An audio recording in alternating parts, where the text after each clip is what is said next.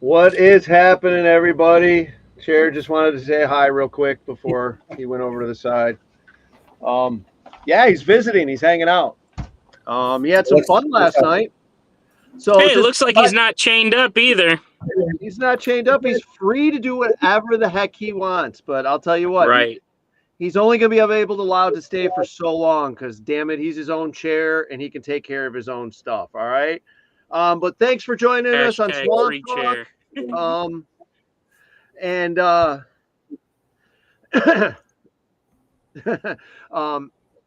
welcome to I'm sorry, I'm getting thrown here because I'm looking at different chat windows because we're using Restream now instead of Welcome to StreamYard. Swamp Talk.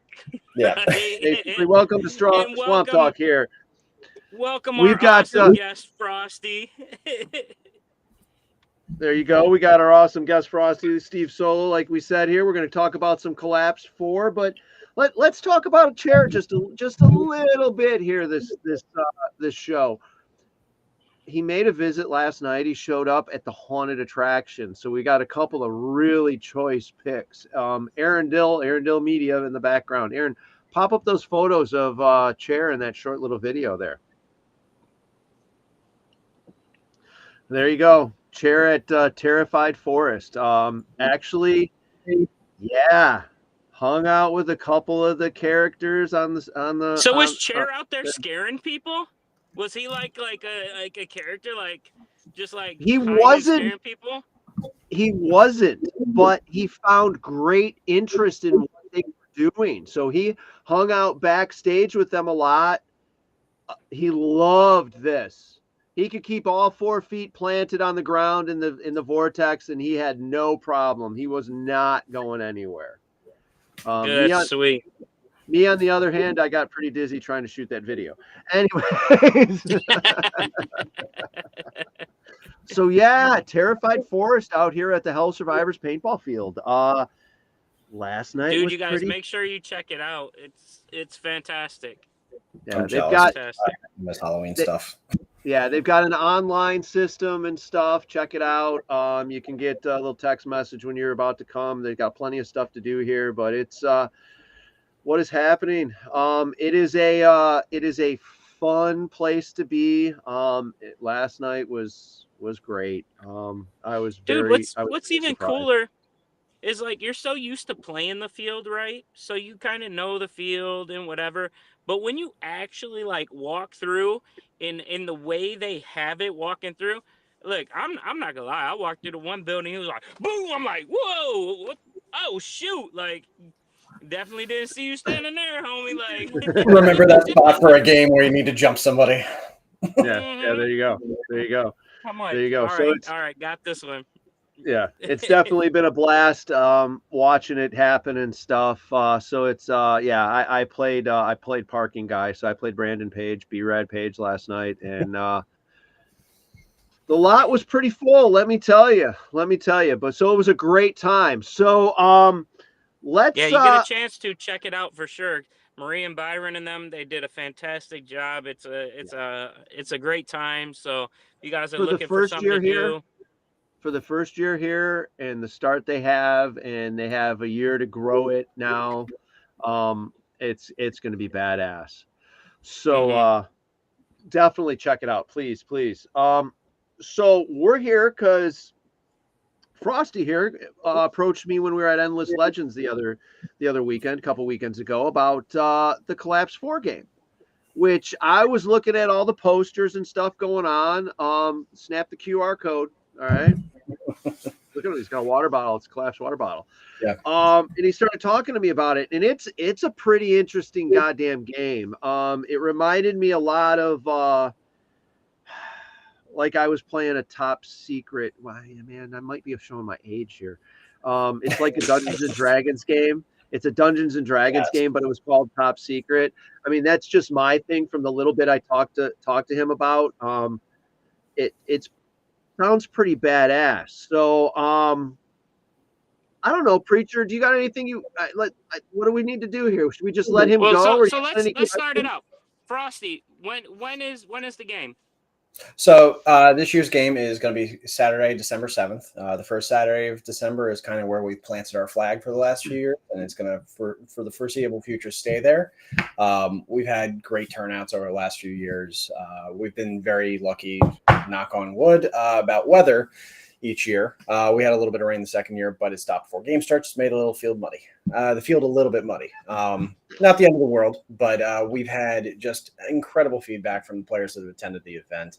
Many of the events that I go to and vend with as Dizana, I have players coming up and being like, yo, I love that event. I'm telling my boys about it. Like, we're coming. And that word of mouth has done such a great thing for the community of players that have ending our event. More and more each year, we find players are engaging with the information that we're putting out prior to the event. So like yesterday, for example, we dropped our first intelligence dossier on the event page. That's kind of a key aspect to our game. You guys can find the event page in the QR code that's going to pop up here and there. It'll come up with a link tree. He's got things so freaking organized. What it is field like is I this said. So yes, skipping the whole thing, obviously, where Frog and I got to see each other after a few years. That's going to be at Outdoor Extreme, Chesapeake City, Maryland. So it's a one-day game. Anybody who attends the game, you get free entry to shoot whatever paint you got left from the event the next day on Sunday. So if you're traveling a bit, you can make it a 2-day adventure for yourself.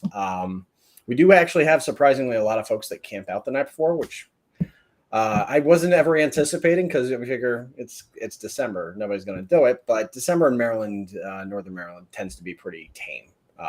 Ground's cold. Don't get me wrong. Ground's cold. But and then like from production standpoint, like we get there Thursday to start prepping the field and everything each year. Like people are already grabbing Airbnbs. A bunch of the hotels are starting to get sold out already. Like that, we like seeing that. It was like, okay, cool, great. We're getting people coming in for this from all over the place. So awesome. One day I'll get Desi to come up out of Florida to the Great White North here. Not quite the same as like you guys kind of white north. I don't know, man. I don't know. I think he's kind of. I mean, I'm kind of leaning his way a lot more. Does that man even own anything that is like? I've seen him in a hoodie. Snow gear or anything? No, snow gear. No, I've seen him in a hoodie though, and he was. Yeah, I've seen him at Fulda Gap. I've seen him dressed up at Fulda Gap. Yeah. He's been warm at Fulda Gap because it's been cold. So I mean, but I don't. If I can remember right, his statement was like, "Yeah, I don't. This is no." Which to me it was like, "Okay, yeah, no big deal. It's warm still." Right, right. 32 is still decent for us. You know? It's I'll go outside. That it's freaking cold. I'll go outside in flip flops and shorts at 40 degrees. Not for long, but I will. Yeah, so it's not terrible. But yeah, it's so this is our 4th year running the event. I do it. It's not just me. I sure shit don't do this by myself. I don't have the time or the brain cells to do this. I am the lead producer. I manage most of the architecting behind the game in terms of what players are doing hour to hour. A couple people have referred to the game as my screwed up version of Saw.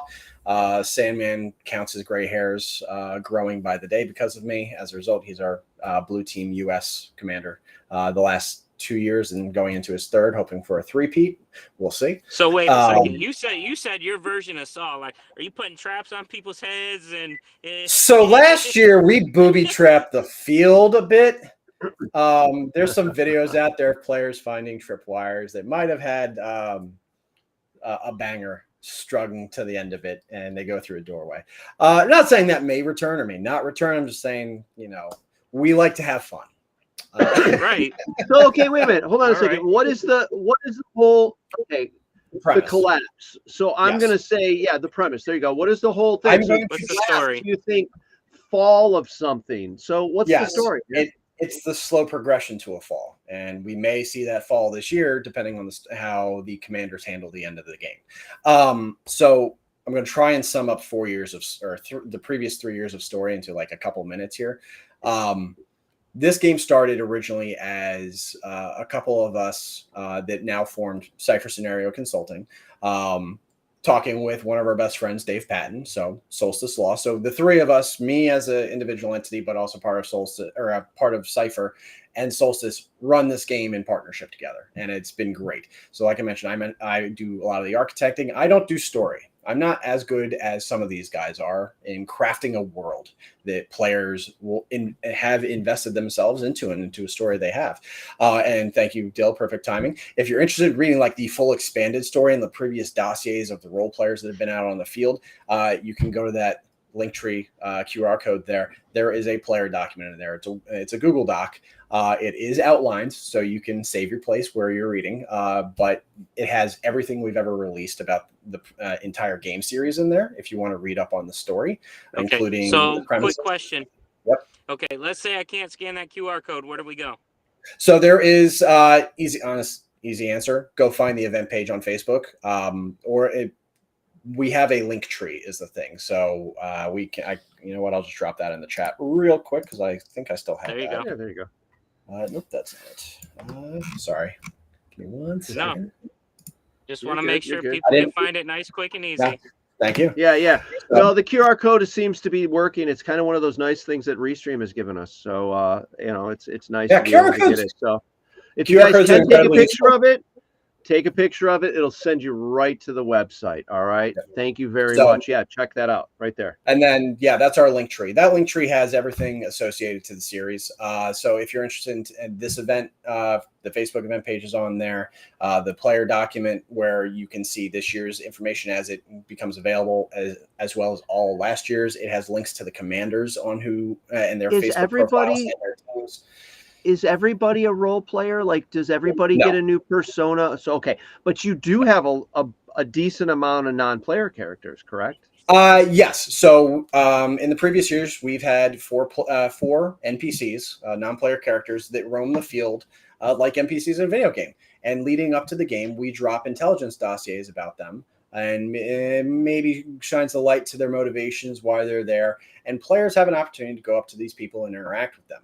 One way you can interact with them is picking up one of the couple hundred, and I mean a couple hundred being like 300 plus drop props we litter the entire field with that have stickers that say the collapse on them. I have. So they generally look like this. This is our MacGuffin from the last few years. But every prop associated with the game has a sticker. It will have a color on it, and it'll say the collapse on it. If it doesn't have that, it's not part of the game. Simple as that. Nobody wants to find a 75-pound chest buried under something and go, oh, I found something important. Let me lug this across the field, find out it's not worth anything. Other than the field owner going, hey, thanks for finding that for me. But getting the lawnmower out of the back of the field. I mean, it helps. Yeah, there's over 40 gallons of gas in that thing, man. Screw that. So as far as the story goes, it started as a Cold War espionage with a little bit of let's have some historical fantasy mixed in a little bit. Following World War II, obviously, Operation Paperclip influenced a lot of how science and technology advanced in not just the U.S., but also the Soviet Union.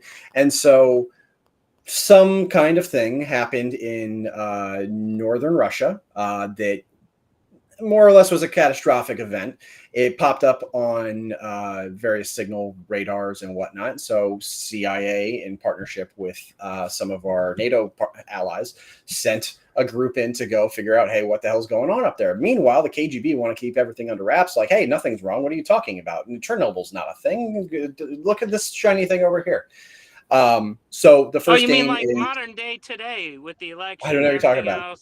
There's no war in Boston. Wait a minute. We should Kermit tea drinking preacher instead of me. Oh my lord! Oh my lord! That's the preacher one. All right, sorry. No, I got excited. Go on, Frosty. I'm just through the course of the first game, in which we had the CIA led by Brian Thaxton of Creekfest and Teddy Bear of all of our best friends that we like to shoot at, and nothing breaks on him because he wears 5 inches of padding in every part of his body. I love that guy to death. So they went head to head for that first game, and the KGB was successful in recovering the artifact that detonated and blew up this research facility, a la this. This does glow. It's just not charged right now. Internally, we've referred to as the Fracker Act, but it's Artifact 73. And it was something the German types of World War II, without tripping any censors, had discovered somewhere, and its history is nebulous at best. So if you want to read the full story of what occurred during the first game, go to the link tree, go to the Google Doc, and scroll down. You'll see everything to do with Collapse 1, including an after-action review from the standpoint of the U.S. and, the CIA and KGB commanders on this is how the results of how that game ended up going. Leading into the second game, going back to the first game, we also had role players that were involved out there. And by the end of the game, turns out they were part of this shadowy organization called the Thule Society. And they had taken hostages. And so my 4 role players had both teams descend upon them to rescue Dave Patton and one of our other folks. And they just got obliterated. And on their corpses were, in just, World of Warcraft fashion, a red and a blue envelope that a number of players did come through and grab. Red grabbed the red envelope, blue grabbed the blue envelope, because we don't touch other teams' props, kids. And it explained, the Thule Society is like the remnant of the German occult research division, so to speak. So that was kind of adding in a little bit of a wrinkle into our story that's more on the historical fantasy aspect of it. Leading into the second game, somebody triggers another incident, and okay, the U.S. knows exactly what they're after this time. It's not anything really to hide, and the KGB is like, okay, we need to get it out of there. And so off they go again, and this time it was Teddy versus Sandman, and it was a great game. I had players coming up to me going, "This is the best reffing I've ever seen," and I know Solstice loves that kind of feedback. We love all the feedback we've gotten. It's been overwhelmingly positive over the last few years, and we really appreciate that from the players, because we do take that feedback and utilize that to improve future events and things we want to see, because I don't want a stale game. We've all played the same exact game repeated over and over and over. Give me something fresh. Doesn't have to be a complete rewrite of a game, but give me something fresh. Familiar things, but tweak it, So that's something we've carried through on all of our games. There's a couple things that have carried through in a couple different iterations of itself, but starting in the first game, for example, we drop a hazard zone, which is a biohazard taped off area square in the middle of the field. Mind you, we also changed the spawn points for the Collapse, if you're familiar with OXCC, to central north and central south, as opposed to everyone usually starting in the northeast and southeast corners. And we're all very familiar with boxing each other in using either the tree lines or the buses and berms. This does a really good job, not a perfect job, of helping prevent that kind of boxing, because then you have to really wrap a team 180 degrees, and that's a little bit more difficult. So it also enables players to get back to the fight a lot faster. You're not having to go all the way out to airfield from the east side of the field anymore. That's a lot closer now. So so we've kept those kind of aspects, and that hazard zone that pops up, it's been intermittent before, maybe it moved in the past, kind of thing. We tend to tweak it a little bit every single year in some fashion. The only people that can go in there, however, are people in these hazard suits that you source from wheeling and dealing with the role players. How you do that is you find those props on the field, the various scattered props that have the yellow Collapse stickers, and they say what they are. It's like been technology, medical, alchemical, like whatever it may be. And if you have read the dossiers, or if you're even talking to those role players, they'll give you kind of hint like what they're looking for. So you wheel and deal with them. Maybe they're looking for a little bit more, kind of thing. And you give them what you want, what they want. They have tools for you to use to help you accomplish other missions during the game. So that in some cases, that's more of the hazard suits that you need to put on to go into the hazard zone to go accomplish other missions that your command is receiving. Now, there's so much going on. It's layers on layers. So fucking cool. It is so cool. It's a very involved game, and Barney played the first one, and the absolute highest compliment that I will never ever let go. We all do. I will never let it go. Is he was like, this feels like an old school scenario. This is fantastic. Thank you. I was just like, that's all I need. That is all I need. This was a success as far as I'm concerned at that point. And we got very similar feedback from just about every player we've ever had come through the game, and we really appreciate that. So last year, I hear he's having fun being the shop guy, so to speak. So yes, the merchant. Yeah. So last year in Collapse 3, where it was the CIA trying to defend a facility against the Thule Society, so Sandman against Bones from Sloppy Dogs. The Thule Society managed to remote detonate it, and it's a CIA black site, so it went into chaos and everything. Just conveniently, outside the crisis zone was a black market merchant named Drogon the Dragon. That was played by Barney. He approached us. He was like, I would love to do something with the game if you guys would have me. So we carved out a slice of the story and the incentives for the players to interact with him and dedicated that to a black market site where you can wheel and deal with Barney. Now, Barney being the old school baller that he is, just based on how we paced the game, we didn't really want people over interacting with him right off the bat during the first hour. So the brilliant man he is, he's like, okay, I'm only going to talk Spanish for the first hour. I didn't know if you were going to talk. I didn't know if you were going to talk about that because I didn't know if he was going to do it again. So I didn't want to give it away. So I'm glad you talked about it. I'm like, sneaky fucker. Sneaky fucker. We have a plan in case, and it was enacted because somebody did get somebody who spoke Spanish in there, and he did a certain thing. That's the part I'm not going to talk about because that may continue this year. But he had an absolute blast doing it. He got to interact with the players. He got to wheel and deal in character. And that's another thing about like anybody who's a role player of any sort with our game, whether they're the NPCs roaming the field or the base reps, they don't break character. Like they are in character the entire time. They're the ones roaming the field and everything. Obviously, their eyes and ears to us. They have radios. They in their ears. So they'll radio back to me if something's going on or props or whatever. So they're an extra set of eyes for us, and that's always helpful on the field. It helps us maintain just a full awareness of everything going on because maybe they're in an area where the referees aren't, and they're witnessing something. We need to get somebody over there to watch, kind of deal. Not to bird dog players because I always appreciate a good flank, but sometimes you should have a ref at least floating in an area if players are trying to sneak through.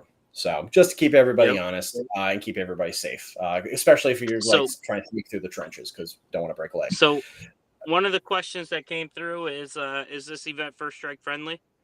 It absolutely is. The event is event paint only though. So you do need to buy event First Strikes and event round ball for it. I know a lot of teams, they play OX. Many other events have been, field paint only. No, it's event paint only. It is to make sure the field is taken care of and carries through the winter. So support your fields, buy the paint from the fields guys. And yeah, absolutely. We have so many players that play First Strikes for this event that like it's surprising. I have to ask Brian, like, hey, we got enough, right? Because I think 2 of the years we absolutely sold out of First Strikes and we had stocked up for them. So definitely, it used to be a problem. That this was. I was going to say, I kind of knew that this was going to be First Strike friendly since you shoot First Strikes quite often. So yes. I play paintball. I don't play shaped projectile. Okay. Right. Anyway, so here's the next question. I'll talk to you about the new gun I'm buying from Simon, by the way. How much is this? How much does this event cost? So right now we're in our standard pre-reg period. So registration is currently $50 and round ball is $55. First Strike, I believe, is sitting at 70, and I can be corrected on that by one of my friends in the chat. But I think it's 70 right now. But yeah, so that will increase. The costs will increase. What do I have that set to? December 2nd. So week of the event. It cost will go up to registration being 60 and paint 65. So it's a relatively cheap game. Our early bird ran from April when we set it up all the way to the end of September. So people had ample opportunity. Paint was still 55 during that period. So you can at least save money on your registration. And that was $40. And then if you were like, I'm going to wait till November to buy my paint, you're not really losing out on anything. But you would have saved $10 on your registration.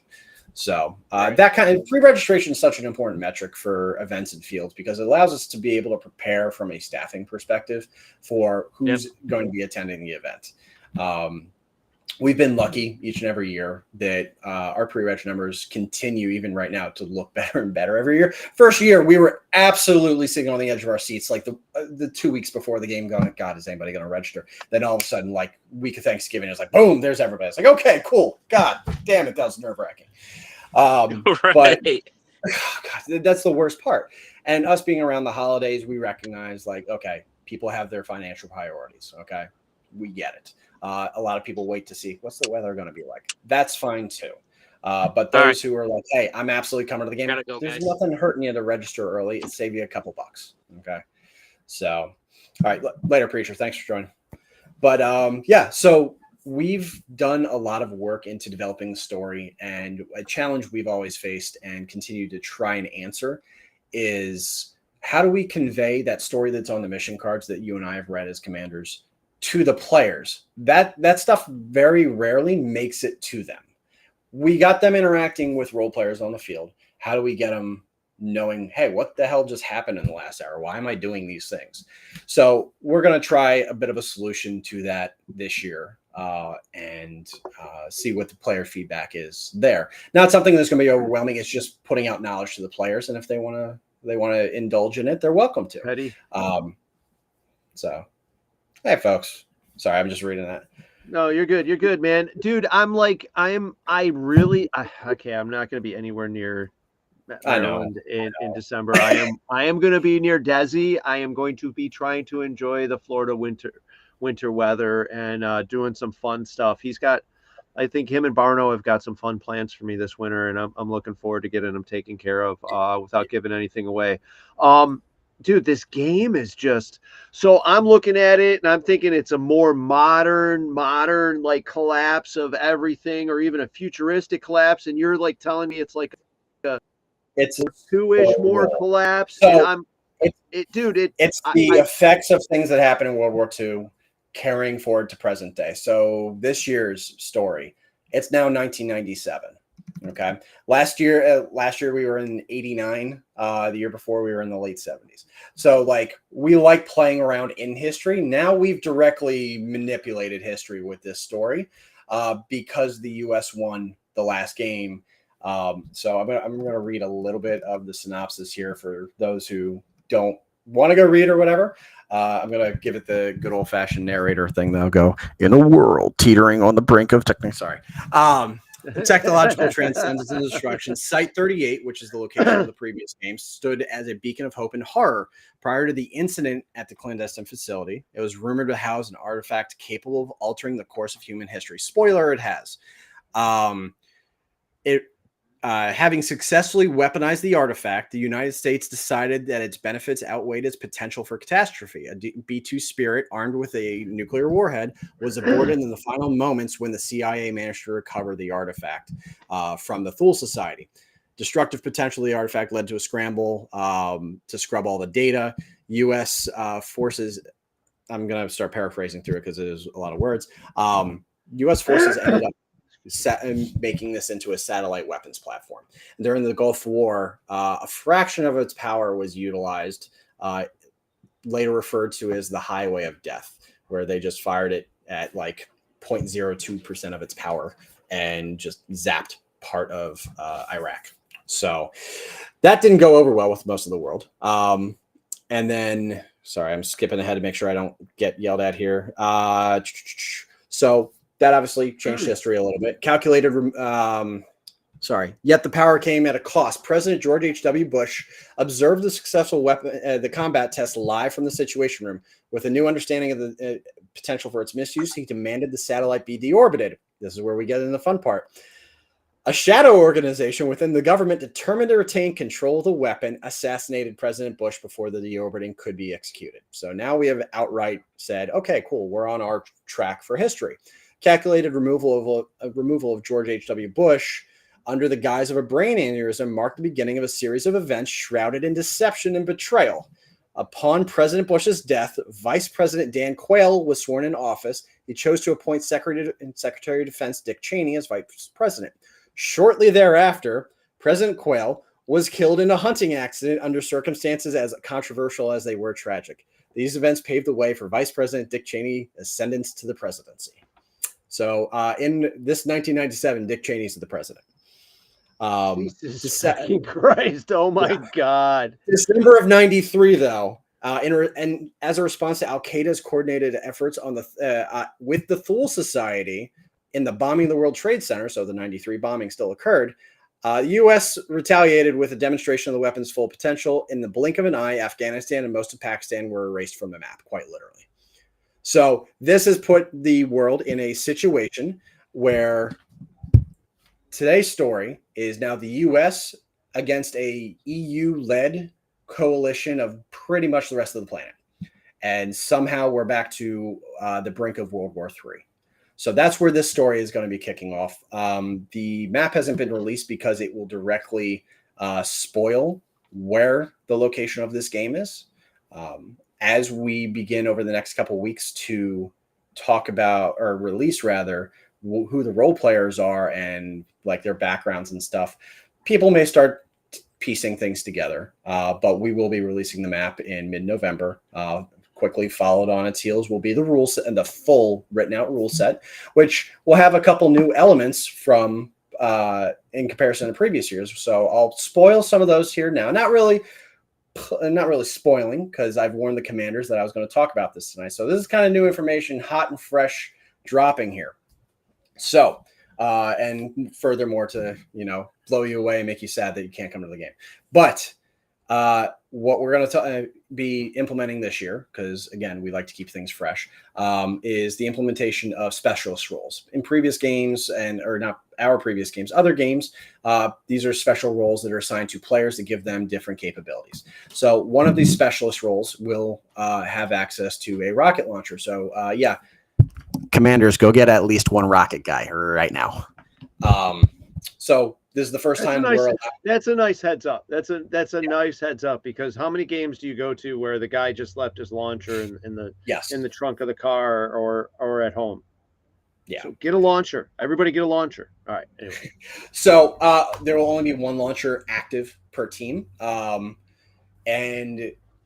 I'll go into it a little bit further, but each of the specialist roles will also have power-up increases that they'll be able to acquire through course of the day as well to increase their capabilities and their impact. Stick to make an excellent crab there, Brandon. Stick to make an excellent crab instead of making comments like that. All right. Sorry.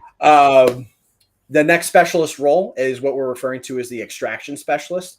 I should have probably sent the link to Dill beforehand, but if anybody has seen The Dark Knight, which I imagine most people have, there is a scene where Lau is in Hong Kong and he's Batman Christian Bale has followed him there. He needs to take him back to Gotham. Well, he does that by blowing out the windows and putting a balloon in the air, and then a big old C-130 kind of plane comes by with Skyhook and grabs him, and off they go. So that's kind of the concept with this one, where we will have a specialist who will have a couple uses. They'll be controlled using smoke grenades and a ref to go, and if he's behind enemy lines, he's cut off. If you're shot, you have to drop all your props. However, the extraction specialist, if he's smart enough and sneaky enough, can utilize a particular smoke grenade, and as long as it burns out in the right amount of time, he's good and hasn't been shot. He can extract with all the props on his person. So we're introducing that because there's definitely been times where I've seen players cut off behind enemy lines that got all this loot and they're not getting out of there with it. So this game in particular, that's going to be a rather valuable skill set. So, and now, well, Ryan is our prop master in chat right now, member of. I'm not building this. I'm not. I love that. I'm not building a C-130. No, hey, no, dude, believe me.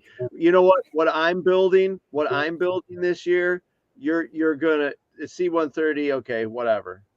So actually, what we're doing for the C-130, I've always threatened Dave Patton with like, hey, you're going to be a radioactive lobster or something. He's actually going to have an inflatable C-130 costume, and he's just going to go beep or zoom, zoom, zoom on a plane. No, he's not. I'm not going to make him zoom on a plane.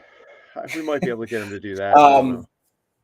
So, and again, there'll be a power up progression option for that particular role. And then the third specialist role, then the final one, is going to be our CBRN specialist. So chemical, biological, radiological, and nuclear specialist. So as I've mentioned before, we've had the hazard zone pop up. That's been something consistent for us. The CBRN specialist will not need a hazard suit, and part of their power up chain will allow them to have basically an umbilical.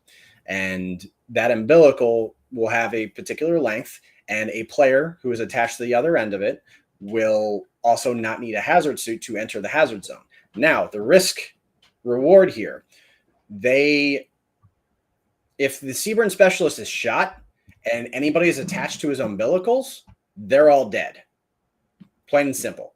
But you don't, at the risk of not giving away the benefits here, there are times to use it and there's times to let go. So I'll just leave it at that. So yeah, those are going to be our 3 specialist roles this year. So we're going to have a rocket guy who his progression track will allow him to carry extra rockets, and it's going to be very explicitly stated in the rules. The only person who can carry a rocket is the rocket guy himself. Nothing is the buddy next to you has a couple rockets. He will have a limited shot count before he needs to go back to CP to reload. But power up progression tree for that may increase his shot count, or it may do something else. We'll see. It might be both. Who knows? And then, as I stated, for the Skyhook extraction specialist type, just probably going to be more uses of that, and maybe with a buddy kind of thing. So that is, some of the stuff is discoverable and deliberately meant to be discovered in the game. We've definitely seeded previous games with bonus missions based on, hey, you got your bag of supplies, open it. Oh, now you got a King of the Hill mission in this location. So if you guys are going to this game, check out the link tree. Definitely check out the link tree. Scan this QR code and you guys will go right to the link tree, or you can check it out. The Collapse 4, you can check it out through the event page. I think you've already dropped a dossier on one of the players. I mean, yes. It's not a minimal game. You're going to play a game. You're going to have an adventure. You're not just going to shoot one person or the other, because you might not want to shoot that person because they might be somebody I love games like this to play them. I don't want to run them. I'm lucky that our production group is a very talented group of people. I'm not kidding when I said I couldn't do this shit by myself if I'd even attempted. Rip is a phenomenal prop master. I come up with some harebrained ideas. He's like, I'm not making that. Or he'll be like, okay, all right, we can do this stuff. We've utilized RFID tech in a number of props in the past, and I don't see that really stopping. We have some fantastic folks who are incredibly creative and help us craft the overall story of the game. Chris Frack, Jack Krisky, buddy of mine who's not even a paintball player, Hippo. He's a dude who I've played games with online for 10 years, and I go to Friendsgiving every year with him. And his skill set is storytelling because he's a dungeon master for D&D. So we were talking earlier in the game, it is core of all of this. Yes. So D&D dungeon master types are phenomenal at just ad hoc character piloting on the fly. I love getting a storyline. I love getting a storyline and somebody going, okay, can we do this? And I'm like, fuck yes, we can do that, or yes, I mean, it's even better when you build stuff and then I'm like, okay, here's your stuff, make a story, make it fit in the fucking story. I don't like doing that. I much rather be like, can we build? And I'd be like, yes. Yeah. So that's one of the things I've enjoyed. Yeah, Rip's Ryan, his call sign's Rip. His weekends have been consumed by the stuff we're having him craft ahead of this game, and I owe his wife nothing but thanks and gratitude for loaning him to us each and every year. So we could not do it without him. And then we have our production assistants. So I'm wearing one of our Collapse orange jerseys that were meant for refs and stuff. We also have a neon green one that is strictly for staff, and our production assistants are the absolute backbone of this game for the execution, because props have to go out into specific locations at certain times. We would not be able to pull off a lot of the production magic, so to speak, that goes unnoticed by the player until it's like, hey, when did that get there? That's those guys out there dropping stuff in the right place at the right time, exactly when necessary. And the coordination between them and Tyler, who's in the chat as well, he is, she hits me. Tyler in the chat, he's our lead production assistant and manages a crew of folks from the Wildcards Militia who have been just so kind with their time in helping us just execute this event each and every year. I've definitely made it more complicated over the years. I know that for a fact. Our mission count continues to increase year after year. I truly do not anticipate any commander accomplishing everything that's thrown at them. I don't want them to. The point is to pick and choose. So talking about mission architecture, every single hour, there's always going to be some sort of flag related mission because that's your bread and butter. There's a lot of folks such as Brandon who don't care about the story stuff. He wants to go shoot at dudes. Go fight there's over people that just want to people that just want to run at a wall, and you need to learn. When you're a commander, you need to learn, like, okay, you got the guys that want to run at a wall, that's their job, you send them there. But then there's other guys that want to just like, all right, I'm this shit. Yeah, I'm secret agent so and so, and I'm getting this done, Yeah. So, and it's not like I devalue that. That's still absolutely worth the effort put into go across the field, take and hold this location. Sometimes it's a king of the hill with whoever has the flag at the end of the hour. So that forces you as a commander to kind of go, okay, I don't need to be there to do this thing with bodies until the end of the hour. So I have all this other stuff. Let's try and accomplish other stuff. Maybe it's in the neighborhood and we get that at the end of the hour kind of thing. Or you're like, no, I want to make sure I have this locked down the entire hour. I don't want the other team anywhere near it kind of thing. You also don't know if they have the same exact mission as you. I play around with the idea of head-to-head mirror missions, cross-missioning. The mission set is not a mirror in 90%. It sounds like real life is not a mirror. Real life is not a mirror. And you're playing a game here that sounds like it's, it's a story, but it's supposed to be real life. It's two different stories. In previous games, the KGB story was not the polar opposite of the US story. The KGB story was recover and clean up and make sure nothing ever is heard about this kind of thing. The US went in and go, what are the Soviets up to? What weird shit's happening out here in the Arctic, or in Siberia, rather? Like, they didn't know what they were walking into. KGB did. The U.S. didn't have a full grasp of what was the Thule Society. Thule Society was, to give it a comparison, was basically a Hydra kind of clone in a way, where they knew everything about the U.S. They had people inside the U.S., but the U.S. didn't know nearly enough about them and got caught off guard and allowed Site 38 to get attacked by these dudes. So it is two separate stories occurring simultaneously. Both teams experience the game in a very different way from a narrative perspective. Their motivations are not always aligned. Ultimately, they're after a similar thing or the same thing, but for completely different reasons. And again, that goes back to just how well our story team does in crafting the interweaving of these stories from mission to mission, trying to provide that motivation while you're going out there and finding these things. So watching Idiots Park. Watching that's Cheryl asked where Shelly was, and I'm like, she's watching Idiots Park. I mean, it never ceases to amaze you the way common sense isn't so common. You know what? And I'm probably just as guilty of it sometimes, but it's at a different aspect of it, because there's some people that just don't fucking know.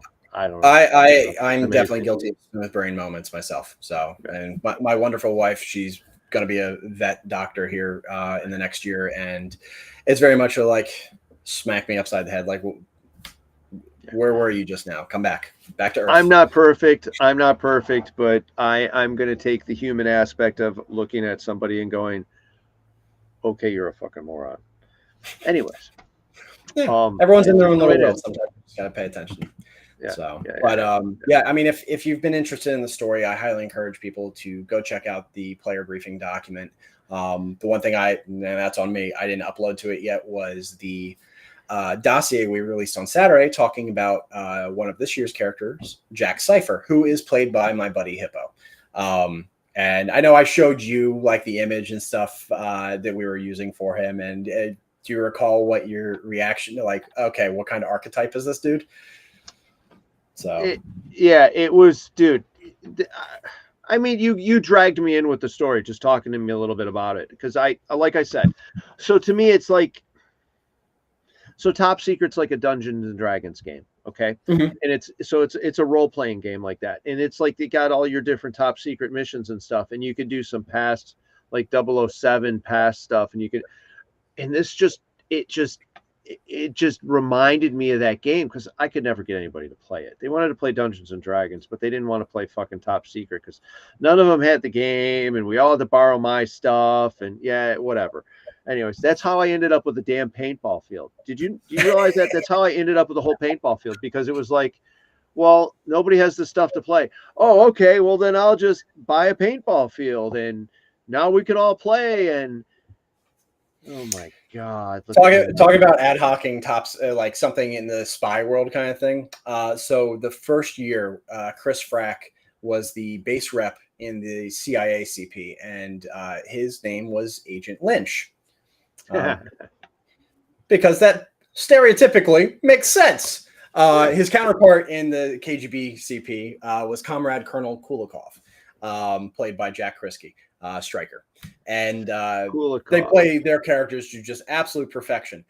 So the first year, Frack is just idle chattering about this character he has created, this entire backstory. He's got like 9 ex-wives.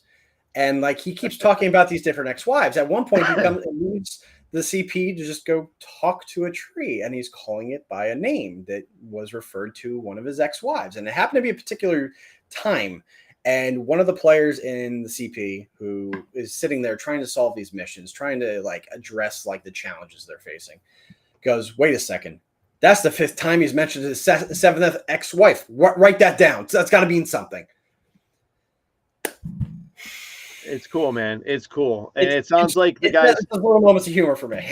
Yeah. It sounds like the core group of people you've got. It's really nice because they like the game as much as you do. And yeah, Cheryl, you're right. 30 years later, I'm still in the field with friends. You're right. And I'm at multiple fields. It's very nice.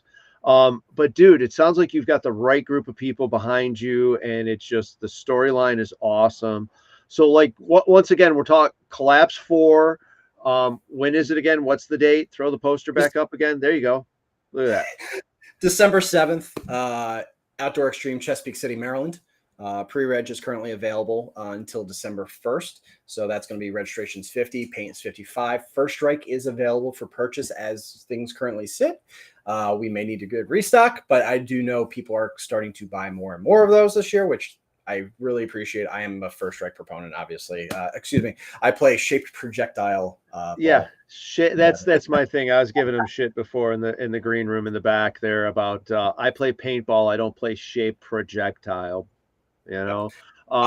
But then again, my comment was like, Simon's got a couple nice guns. All right. Anyways, seriously, I bought one gun off Simon. I haven't used another one in 3 years.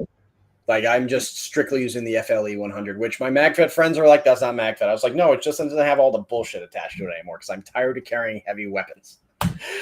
So, I mean, the little bit that I actually get out on the field nowadays, I mean, I really don't play much at Hells. I just, it feels like home, and I want to watch everybody else play. I've kind of gotten when I go to Orlando. Yeah, when I go to Orlando, I want to play. I definitely like that. When I go to these other fields, I play a little bit. I try to play all these new fields. But my current intent is to play Desi's Field in March for his Jurassic game. I really want to play that game. I just want to go shoot at people and experience the field because I see the work he puts into it. I mean, holy shit! Like one of the hardest working people on the planet, no doubt. And I've just never gotten to go down because the calendar has sucked. But I'm probably going to be in Louisiana still at that point. So I'm like, okay, cool. I'm hopping a flight real quick because I take my stuff to Louisiana with me. I'm not leaving it up here. So, yeah, Orlando survived the storm. I spoke to Desi. He's doing great.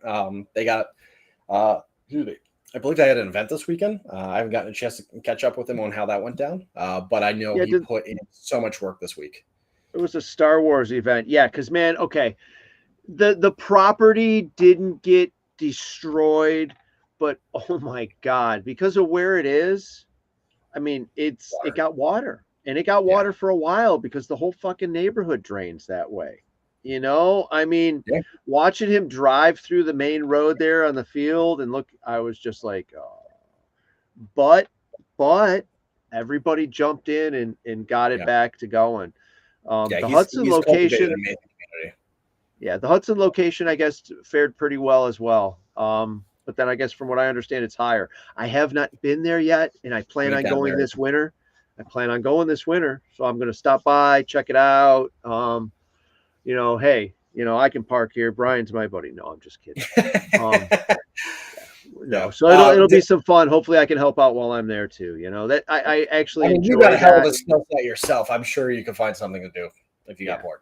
100%. Yeah, I could, but I definitely like that. I definitely like traveling like that, going from paintball. I mean, my wife doesn't always like it. Okay, God love her. She's not paying attention, so I can talk really awesome about her, and she won't get an exploded head. But going from paintball field to paintball field and actually being able to contribute something while I hang out for free for a month, I fucking love it. I love it. I mean, if nothing else, the rest of my life, if that's what I do between here and wherever. Oh my God. Next November, I'm going to be making it to California with the bus. Yeah. I know we were talking about before. I'm hoping to be able to play Village. Like that's been on my bucket list for a while. SC Village. Yeah. SC Village next November is going to be Dead Legends. Dead Legends at SC Village. I'm looking forward to it. It's a trip. It's a trip because, okay, whenever I take the van over the Rockies, I'm like, oh my God. Oh my God. Oh my God. So now here I am going to be taking the bus. Yeah.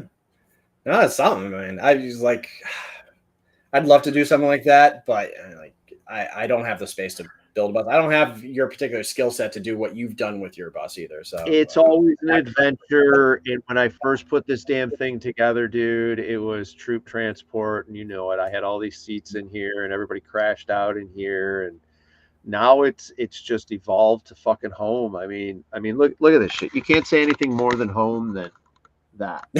Yeah, the couch. So that couch, no, the cat's crashed out. Oh, the cat. Oh, I didn't even see the cat. I mean, yeah, the cat's crashed out on the couch. I mean, it's fucking home. It's nice. I enjoy it. Sometimes I like the fact that I'm like, well, what are you gonna do? I'm going to turn a 3-hour trip into 5 days because I drive an hour and a half and there's a rest stop. And I'm like, all right, fuck it. And I pull over and I could spend 18 to 20 hours there. Why? Because you can. Not. Yeah. You know what I mean? Then let alone where I get to go check out all these cool fields. I wish I'm not going to make it to Fulda Gap this year. I'll be driving down on Halloween because we're doing a booth. First time down there. I gotta move my my daughter into Virginia. Well, help her move into. So I think my next event, we were talking about trying to make it to the ASE games, LA Extreme. So Ryan Sexton's game and Hertz. And those guys.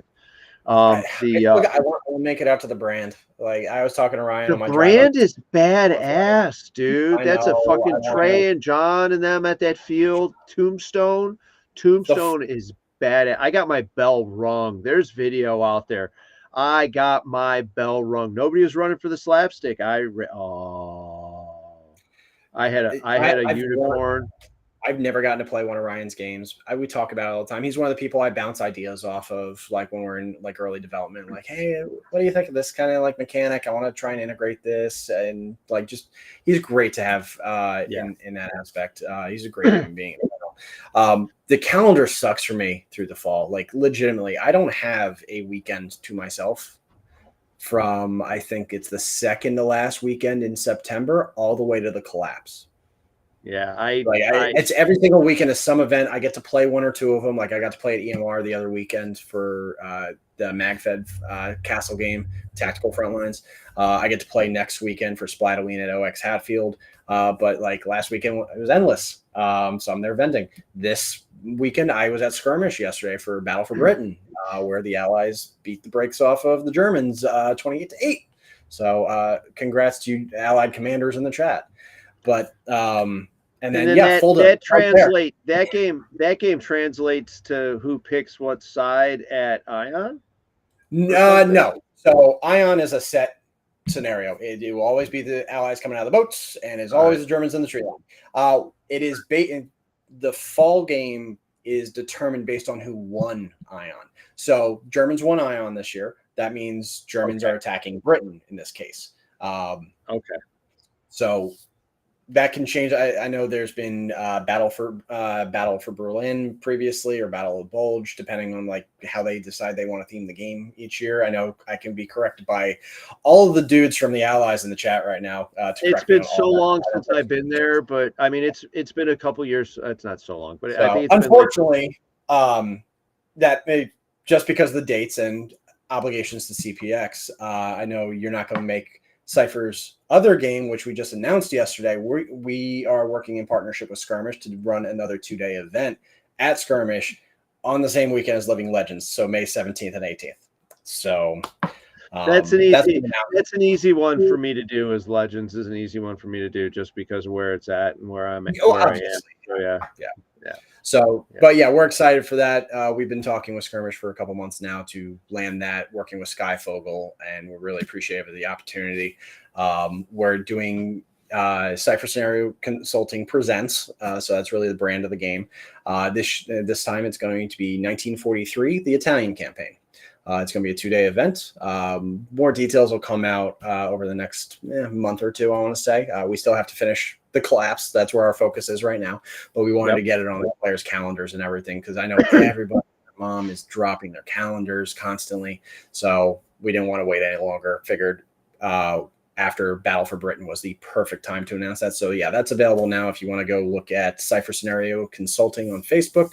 Anybody who's in there, Ryan already dropped the link for the event, so perfect. Yeah, we've seen the calls for Dave Patton to be General Patton and invade Sicily. We'll talk to Patton about that, see how he feels. We have a high level plan of how we intend to structure the game. And we've been so lucky to work with Brian with the collapse. I mean, the guys, I always ask like, hey, can we do this? Can we do that? He's like, I don't care. You're fine. Do whatever you want. It's like, cool. Thanks. One of the greatest people I've gotten a chance. That was actually a very good invitation. Actually, that was really okay. Yeah. Do whatever you want. Yeah. As long as nobody gets killed, he's like, yeah, no, that's great. So, he's gotten to come out and enjoy the game. Mac always threatens to come out. Like I know he's like, oh yeah, I got the map. He doesn't have the map. Brian, one year, because I was printing the missions in his house, immediately posted on Facebook, hey, I got all the missions for the collapse. Who wants them? $20. So Brian's been a great partner while we've been producing Collapse and has really given us the leeway to grow and experiment with certain aspects of production. And just we've been able to put on such a great game, and it's in due in large part to what he trusts us with. And it is very much trust, and we truly appreciate that. I never stop saying it to the guy. So, but yeah. So yeah, next year we're switching to a 2-day or a 2-event a year production crew. So it's a lot of work. I mean, typically it takes us a full year to do the collapse. So now we're going to do 2 games in a year. So it's going to be a good time. So we're excited. About 2 games. Let's see. Let's transfer that. Yeah, I know. Yeah, CPX is what, 9-10 at this point. Like I've lost count. My calendar looks like Swiss cheese. I think we're 6. And then the stuff we've got going on here at Hell's, and then the super game stuff tied in. Yep. Because I mean, okay, I'm not.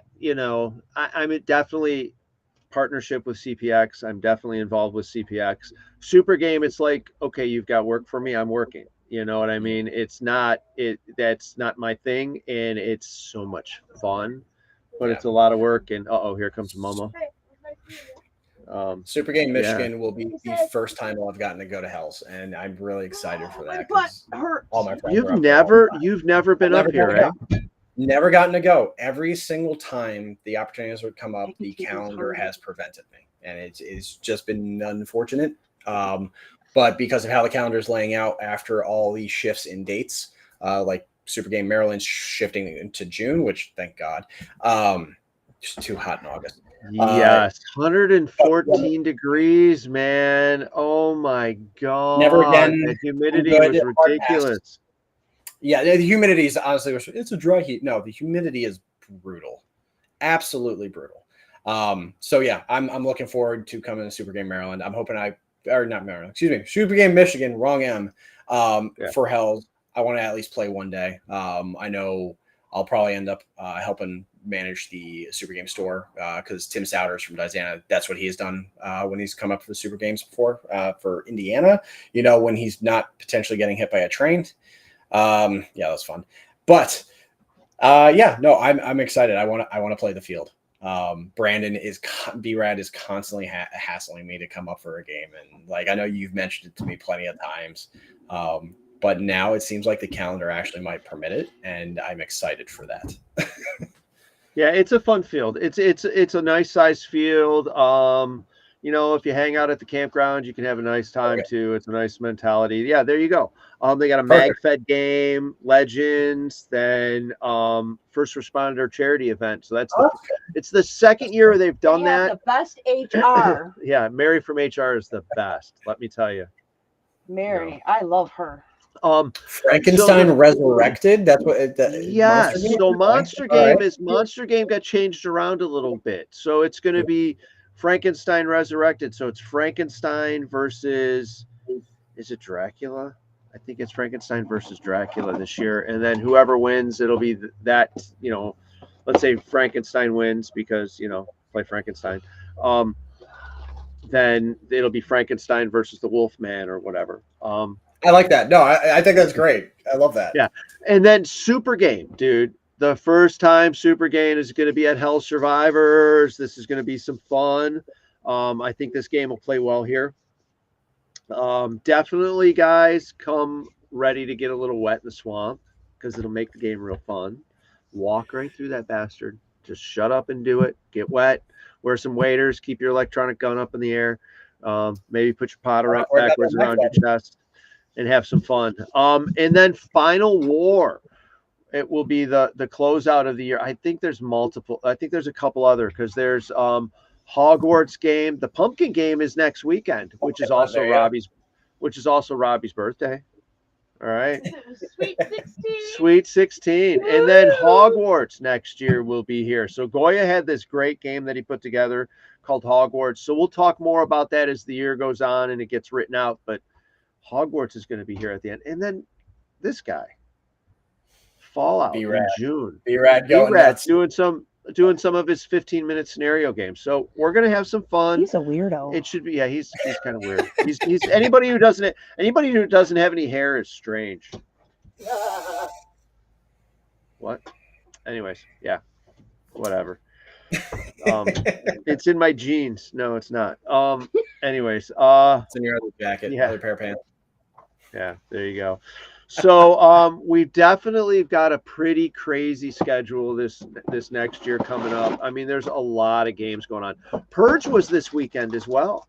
So I don't know who ended up. I saw a couple photos about that.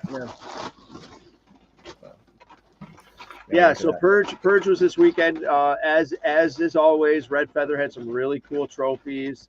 So it's going to be fun. What are we eating, hon? Shave the beard. Who's that to? Him or me? What? Shave the beard? Shave what? Who said say what? Jimmy, donate some more money. Anyways, who is that? Who is that? There's 7 people ahead of you, Jimmy. You don't even play paintball anymore. Yeah, I haven't seen Jimmy on a paintball field. And anyways. Who is this Jimmy you speak of? Yeah, for OX events, the Sloppy Dogs are jumping into the production world. I haven't seen him in 2 years? Angelica and since we had our Burn It party. In August. for Jimmy was here for the last Burn It party. But yeah, Sloppy Dogs. I've been seeing some stuff pop up about them with their Tomb Raider game. That looked interesting. They were talking about it the other day. I can't remember when they were on, but yeah. So they got a game coming up in Angelica, New York. That should be pretty goddamn cool. Yeah, Tomb Raider's always fun. Laurel is New picking my York brain. They got a good game. I think they're going to have for that one. So cool. Ryan doesn't think so, but whatever. I don't know. Where's Ryan though? I don't know who Ryan is. I'm sorry. Ryan knows all my props. That's my prop master. All right, there you go. Yeah, whatever, Jimmy. Sucks getting old. Whatever, dude. Hey, give me a break. Come on. Anyhow, so like and share the stream, everybody. Check out our website. We've got some new products getting dropped out. The name of your cat is against community standards. Be careful. I had to delete my comment. Lisa, it's the Facebook that's racist. Beaners is actually her name because she has extra beans. She has extra fingers. All right. She has extra stop being toes. racist. She's a polydactyl Facebook, so she has extra beans. So that's why we call her Beaners. We aren't freaking racist. All right. Actually, the first time I shared it, it went through no problem. They said, "Are you sure you want to post this?" And I'm like, "Yeah, okay, whatever." And then I didn't realize it until Dave Perez, one of our teammates, later posted something about the cat, and it wouldn't show his comment because it said it was racist. You know, it's against community standards, and it just dawned on me as like, oh, whatever. That's not why I call my cat Beaners, anyways. She's not Mexican. People are just racist. We can go on a whole rant about that. Yeah. Anyhow, trust me, I know. Yeah, I'm not a Nazi. I'm not part of the KKK, but goddamn, common sense can make a lot of people look like fucking morons. All right. Anyhow, I'm Polish, and them Polish people didn't let one immigrant in. this is true. Talk about something. The Polish. Anyways, I love America, and that's pretty much where I stand. All right. America. So. Fuck yeah. What else? Let's see. What else do we need to close out with here? Does anybody else have anything they want to ask questions about? Because I think you guys have got to click on the you are using the QR code. Go to LinkedIn or not LinkedIn. Excuse me, Linktree. Don't go to LinkedIn. Linktree, QR code to get to the Linktree, and the info. This game is got a bunch of different layers on it. It is a very fun game to play from the way it sounds to me. Check it out. Get yourself informed. Come on out to the Terrified Forest. They're open actually Thursday, Friday, Saturday, and Sunday until November 2nd. Oh my God. That's so dumb. No, anyways, I'm sorry. I'm just kidding. So come on out, check it out. Get into the online queue, and you can have some fun, and then get into the path when you need to go, and have a good fun time. General admission lines seem to be a little long, so get into the queue or buy a VIP. They're long in any. Yeah, this place last night was unreal. The amount of people here. I really don't want to give the number away because that's up to her too. That's not your job. But it was freaking unreal. Okay, for the amount of time that the people spent here, it was a very, very, very nice night. So, I guess with that being said, it's like 9:15 here. We've reached the end of our show. Have we? Yeah, you've got some work to do. I wish. Anyways,